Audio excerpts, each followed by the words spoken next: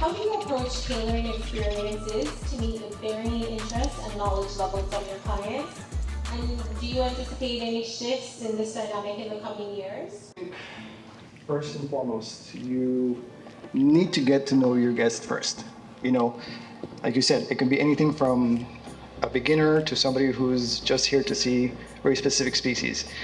If there's one shift that I think I've noticed personally, and I would say a good thing that's come out of this whole pandemic situation is that a lot of birders came about because of, I would say, the boredom of things. They didn't have anything else to do, and now they're eager to get out, do something, see those birds, and they're the first ones to tell you, I don't know anything about birds, but hey, I want to see anything and everything.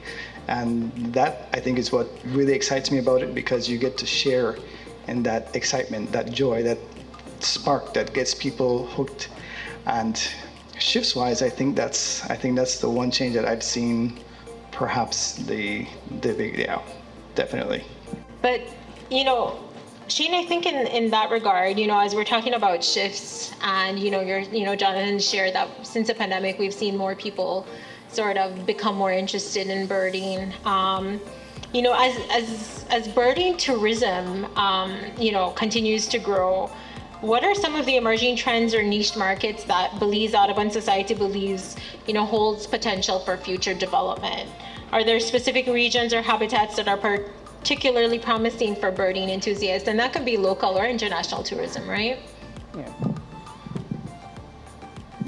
Yeah. So we're seeing a trend in terms of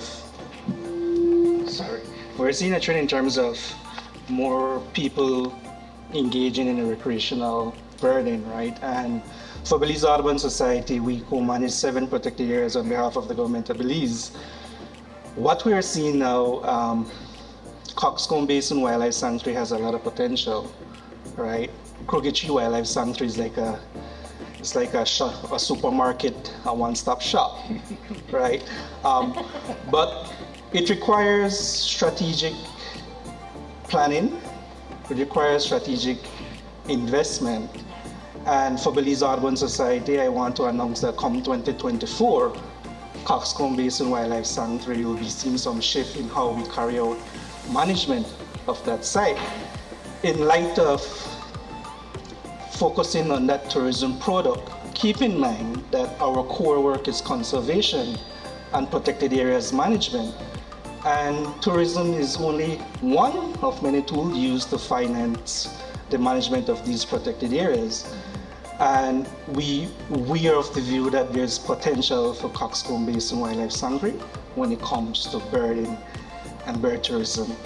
But thanks so much for that, Shane. I think that's really exciting. I think anyone who's been to Coxcomb, anyone here been to Coxcomb? Yes, everyone, yay! Okay, great, or most people, I should say. So excited. It's one of my favorite spaces in the world to visit and hike.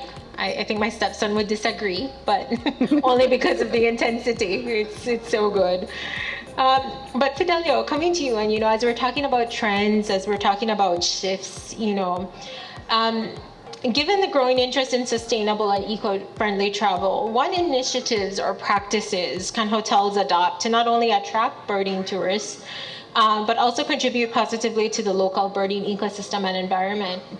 I think one of the biggest things that every single hotel that's either working within the industry and specifically working within the birding sector, and hotels that are looking to get into this have to have one thing, and that is flexibility. And by flexibility, I very sincerely mean, the birding people in Creole. As some of us were birding this morning, and the man rode across on a bicycle saying, "Nobody bird the Belize city, oh no crazy." So a lot of people look at us as a little bit cuckoo, a little bit off, right? And we wake up at 3 o'clock in the morning and we go all day and we're back at midnight. And sometimes it's hard with some of the hotels when you need coffee at 2:30 in the morning, for example. That is one of the things that I think looking into, getting flexibility. In addition to that, I think also understanding who you are catering for And the reason I say this is because once you understand the market that you're tapping into, then that actually comes right back into the whole flexibility situation. So I'm going to stop there because trust me, I get paid for talk, so I could talk a lot. No, that's great. And I think, it's so interesting in terms of how simple things like ensuring you know your audience, like making sure you have coffee at 2 a.m., those things make a whole heap of difference in terms of, experience. So Jonathan, just kind of keeping along the same trend, I heard Fidelio say that there was someone who rode across in the bicycle this morning saying Belize City is not a place for birders. I firmly disagree. Being a Belize City resident myself and have come across a number of birds, with the increasing popularity of birding tourism in Belize nationally, how have you observed visitor preferences evolving in recent years? Like, are there any specific bird species or habitats, like Belize City maybe, that are becoming more sought after by birding enthusiasts? Yes. I would say, again, this would be based on my personal experience. I wouldn't say a lot of it has to do with a specific habitat. Here in Belize, because we are so small, we have the luxury of going through many habitats in less than an hour. In other countries, you have to be driving hours just to get to a different region. So here in Belize, it's a blessing that it's small and it's easy to get from point A to point B. But I would say there is definitely a trend where Belize is being recognized out there for its birding potential. And with that, there's people that are starting to see that, certain species are easier to get than in other countries. So they get very specific about that. And to tie into that, the next thing is that because of certain species, you will only find them in certain habitats. So it kind of, it's connected in a way. So definitely, it's very typical when I would get guests. I'm not surprised if a guest, in fact, in January, there was a gentleman who came, he printed out a list and he said, these are the birds I want to see. If they're not on this list, I don't want to stop. So, and as your guide, you need to know where to go, how to deliver. And of course, you're at the mercy of nature and you tell them, hey, it's not guaranteed, but my job is to increase those odds for you to see that bird. And yeah, definitely, there's some targets here that we call target birds that people are really interested in seeing. And I would say it's relatively easy to get them here in Belize. The one that comes to mind, the first thing that comes to mind is, for example, when we have 3 hawk eagles in Belize. I mean, the ornate, the black and white. And there's one place at Black Rock that people can go there, and it's during the right time. You need to know that as well, that it's relatively easy to get these birds. And not only flying high, there's experiences where you can almost see this bird at almost eye level. It gives you those experiences and those chances to see it. And I think those are 3 that I would say that are usually on people's lists to see. Yeah, and like I said, that's the only or the first example that comes to mind. Crooked tree. You go to Crooked Tree, and I know people want to see a jabberoo. Again, right time, right place. I had a lady. That's all she came to Belize for. She said, "I'll be happy to see one." And in my head, I was like, "You're about to see 25 of them from the causeway." She didn't know that, but it goes with that. So, yeah. Okay, thanks so much, Jonathan. Shane, speaking of Belize's biodiversity, because we have a rich biodiversity, we know this, In your opinion, how can conservation efforts be integrated with birding tourism, to not only protect bird species, but also enhance the overall experience for visitors? We've heard Jonathan talk about specific habitats, species, but how do we manage, conservation efforts with birding tourism for birds and for the visitors as well? Yeah, that's a loaded question, but integration is there. I think we have mastered that as a country when it comes to protected areas management and tourism and visitor experience. There's room for improvement, I must say. I won't shy away from that. As a protected areas manager, there's always room for improvement. But the integration is there. But I also have a question for the people in this room. Um, you know, bird tourism is a emerging tourism product, and I have more questions than answers in terms of where are we going with this tourism product. You know, which direction we want to take it.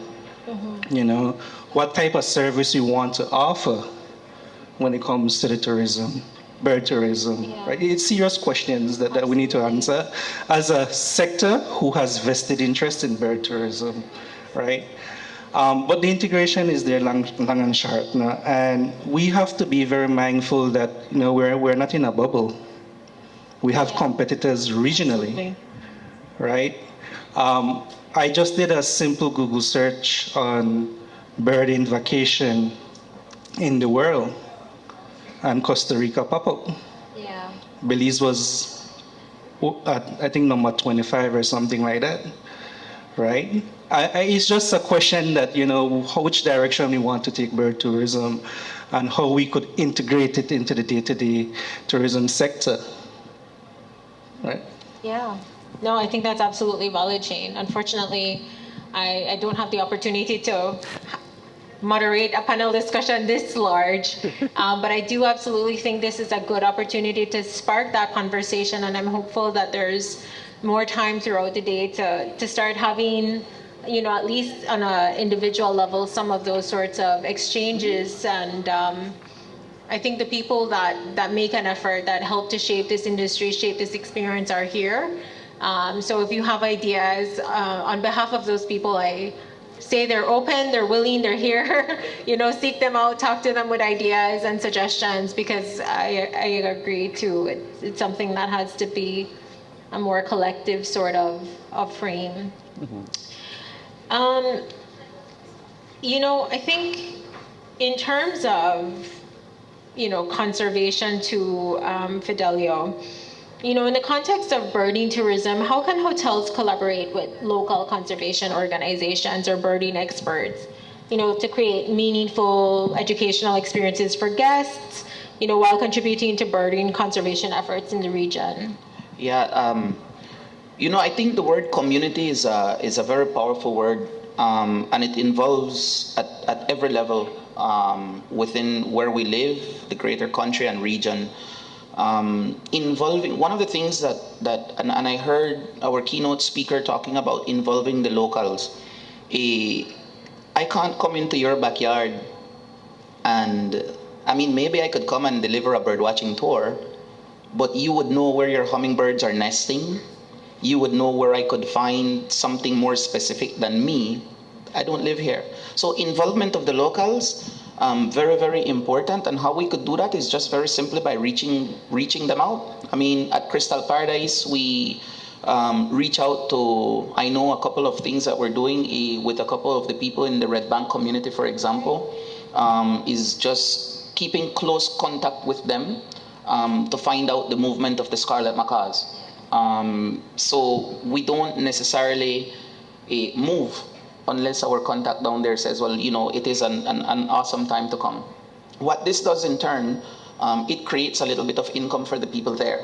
And so it is a mutual relationship that is created. At the same time, then education is a part of that, because, well, we're learning, they're learning, the people within that community is learning, and the people that we're taking, most importantly, to visit the area are learning, and we're all exchanging information. So whether it's directly or indirectly, it has to be in every situation that we develop and we build community. And as hotels, it is very important that we never, ever, ever lose focus of that, and just keep very, very close communication with everybody that we work with. Crooked Tree, Lenny could tell you, Lenny is somewhere around there. I keep calling him, yo, Lenny, when's the last time you saw an agame heron, man? As an example, right? And these little things contribute, and it ties in perfectly well to answering this question, because at the end of the day, it's all about communicating and building community. Yeah. And as hotels, we really need to focus at that very local level. Sometimes we need to, somehow now hate me again, let go of that business-minded aspect and just click with the community. And that alone creates a different level of education. My astronaut thing never worked out, but the birds teach me that I could do something creative and positive with my life, you know. And in many ways, I say that the birds actually saved a big part of the direction that I was headed to with my life. And so again, it goes to prove that by communicating and by keeping in close contact with locals within communities, it works out. Yeah, no, absolutely. Thank you so much for sharing that. And I mean, beyond, you know, the guides themselves and the community, I mean, the guests too. Very important. Yeah, receiving a more rich experience, no?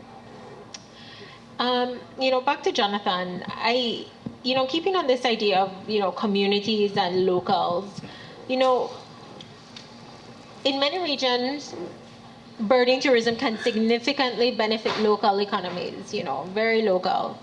How do you envision the role of tour guides and operators in fostering like sustainable community-centered birding tourism initiatives in Belize? Are there any successful examples or strategies you've encountered in your experiences? I know Fidelio shared some of his, I think. Yes, the one that came to mind, and it's an area that, for me personally, it's when I visited Red Bank for the first time. We're not going to say how long ago, but when I saw those birds in the wild for the first time, that was a moment when it was like, I don't know what it is, but when I grow up, it's going to be something bird related. And us as guides, I think it's very important that we have to incorporate that local aspect of knowledge, because we want to try to get their vantage point. I'm going to use another example. There's an area in Spanish Lookout. Most people don't even know. It's like, why are you going to go birding there? I was with a guest. We went on a night tour, and then a mutual friend of ours said, hey, my mom's want us to have tea and cookies, something as simple as that.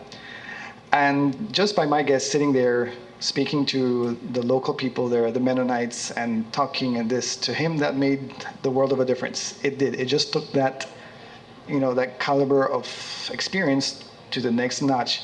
And I think I might be getting ahead of myself here, but another issue is that we have a lot of big tour companies trying to come to Belize, bring their people, and they try to omit in this case, let's say myself or Fidelio as local guides, and they want to try and do it themselves because it's more money in their pocket. And I've seen it time where these people from outside come in, they try to do the tour, and they miss out on a lot because they think they're doing a good job. And I don't say anything. I was like, you know, you paid for what you paid for, and I'm going to show my guests the knowledge that I have. And of course, like Fidelio said, I have to call my little network of people and, hey, could you help me out with this? And it's something that we share with each other, because at some point, you know, the favor will be returned. So that sense of community is very important. Yes. Yeah, absolutely. That kind of quid pro quo, you know, hand wash hands, so to speak, in Belize.